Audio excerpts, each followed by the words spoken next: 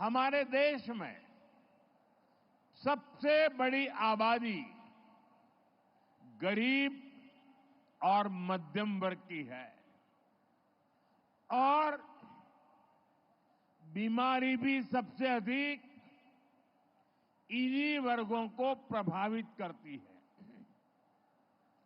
इस वजह से इलाज पर इनका खर्च भी बहुत ज्यादा होता है। हम सब उसी पृष्ठभूमि के हैं, गरीब और सामान्य परिवारों से निकले हैं। इसलिए घर में कोई गंभीर रूप से बीमार पड़ता है तो कैसे पूरा घर संकट में आ जाता है, हम इस चिंता को भली भांति समझते हैं। और पहले के दौर में स्थितियां भी बहुत कठिन हुआ करती थी।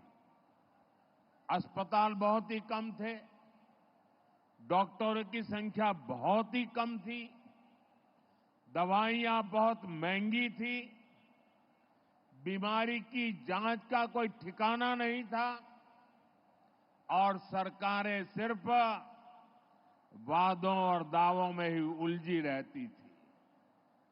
यहां बिहार में जब तक नीतीश जी सरकार में नहीं आए थे, तब तक गरीबों की इस चिंता को लेकर कोई गंभीरता ही नहीं थी। गरीब के पास चुपचाप बीमारी सहने के अलावा और कोई चारा नहीं था। ऐसी स्थिति में हमारा देश कैसे आगे बढ़ता? इसलिए पुरानी सोच और अप्रोच दोनों बदला।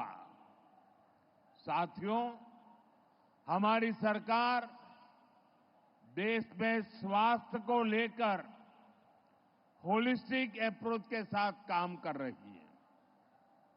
हमारा पहला कदम, हमारा फोकस बीमारी से बचाव पर है। दूसरा फोकस बीमारी की सही तरीके से जांच पर है। तीसरा फोकस है लोगों को मुफ्त और सस्ता इलाज मिले और सस्ती दवाएं मिले। हमारा चौथा फोकस है छोटे शहरों में भी इलाज की बेहतरीन सुविधाएं पहुंचाना, देश में डॉक्टरों की कमी को दूर करना।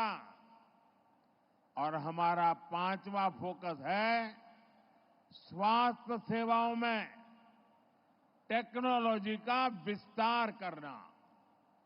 भाइयों और बहनों, कोई परिवार नहीं चाहता कि उसके घर में कोई बीमारी पड़े।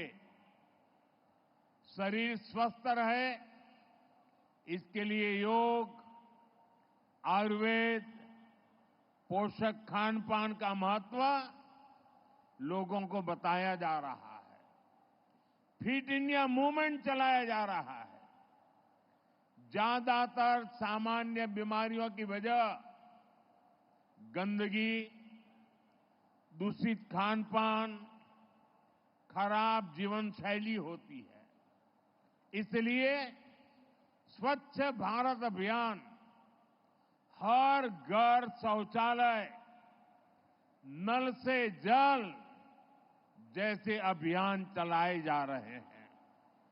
ऐसे आयोजनों से शहर तो स्वच्छ बनता ही है, बीमारियां फैलने की गुंजाइश भी कम होती है।